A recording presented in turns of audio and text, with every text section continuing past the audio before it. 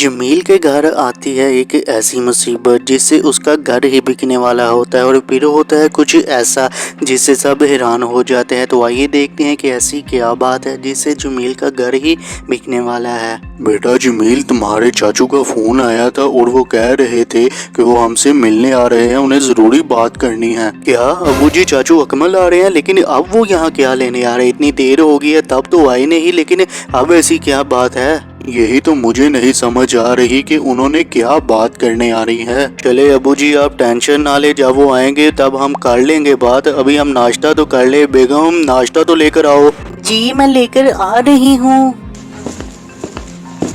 अब्बू जी क्या बात है, आप इतने परेशान क्यों लग रहे हैं? बेटा मेरे भाई अकमल का फोन आया था और वो कह रहा है कि मैंने आपसे जरूरी बात करनी है, इसलिए मैं आपके पास आ रहा हूँ। तो अब्बू जी आप इतने परेशान क्यों हो गए हैं? शायद वो वैसे ही आपसे मिलने के लिए आ रहे हों। इस तरह से जमील और उसका बाप काफी परेशान होते हैं क्योंकि जमील का चाचू उनसे बात करने के लिए आ रहा है, लेकिन उन्हें नहीं पता था कि जमील के चाचू ने ऐसी क्या बात करनी है। और कुछ देर बाद जमील का चाचू भी आ जाता है। तो आइए देखते हैं कि ऐसी क्या बात है जिससे जमील और उसका बाप परेशान हो जाता है।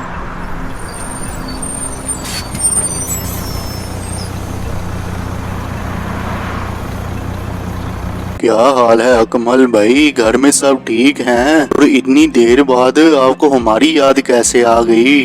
जी भाई घर में सब ठीक है और मुझे एक बहुत ज़रूरी बात करनी है आपसे, इसलिए मैं आपके पास आया हूँ अभी। जी अकमल भाई बताएं क्या बात करनी है आपने? कमल भाई घर में बहुत ही परेशानी आ गई है, जिस वजह से मैंने कर्जा उठाया था और उस कर्जे को मैं अब अदा नहीं कर सकता क्योंकि वो लाखों में कर्जा हो गया है। इसलिए मैं आपके पास आया हूँ क्योंकि आप मुझे इस घर में मेरा जो हिस्सा बनता है वो मुझे दे दें। क्या अकमल भाई कैसी बातें आप कर रहे हैं? क्या आपको नहीं पता कि यहाँ छोटे बच्चे भी रहते हैं? तो मैं इस घर को बेच दूंगा तो उन्हें मैं कहाँ लेकर जाऊंगा? नहीं भाई मैं इसे बेचने का थोड़ी कह रहा हूँ, आप मुझे खेतों में ही हिस्सा दे दे। आपको पता तो है कि आधे खेत आपके नाम है और आधे मेरे नाम है। अगर आप मेरे नाम ही सारे कर देंगे तो आपको घर बेचने की जरूरत ही नहीं पड़ेगी।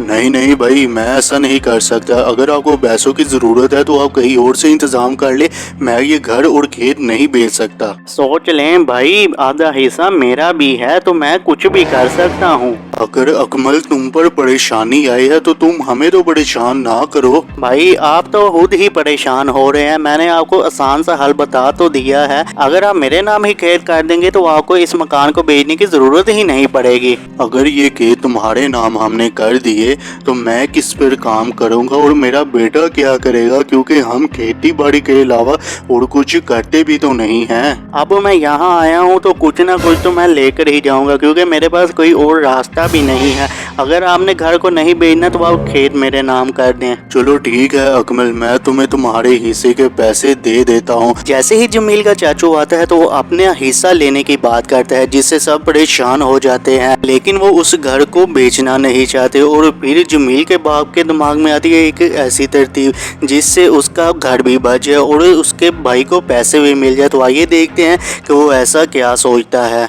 चौधरी साहब मैं आपके पास आया हूँ क्योंकि मुझे अभी पैसों की बहुत ही जरूरत है। क्या बात है, क्या ऐसी जरूरत पड़ गई है? बताओ तो सही मुझे। चौधरी साहब मेरा भाई आया है मेरे पास और वो हिस्से की डिमांड कर रहा है और मैं अपना घर नहीं बेच सकता क्योंकि आपको पता है कि छोटे छोटे बच्चे भी उस घर में रहते हैं। और खेत इसलिए नहीं मैं बेच सकता क्योंकि उस पर ही तो काम करके हम अपने घर का गुजारा करते हैं। इसलिए चौधरी साहब आपकी मेहरबानी होगी, मैं आपको अपने खेत गिरवी रखवा देता हूँ, आप मुझे पैसे दे दे, वो पैसे मैं अपने भाई को दे दूंगा। अच्छा ठीक है, तुम्हें पैसे चाहिए तो ले लो मुझसे पैसे, लेकिन मेरी भी एक शर्त है कि अगर तुमने वो पैसे 1 साल में वापस ना किए तो तुम्हारे खेत मेरे नाम ही हो जाएंगे। जी चौधरी साहब मैं आपको आके पैसे 1 साल से पहले ही वापस कर दूंगा, आपकी बहुत बहुत मेहरबानी। इस तरह से जमील का बाप जाता है गांव के चौधरी के पास और वो उसके अपनी खेत गिरवी रखवा लेता है और उससे पैसे लेकर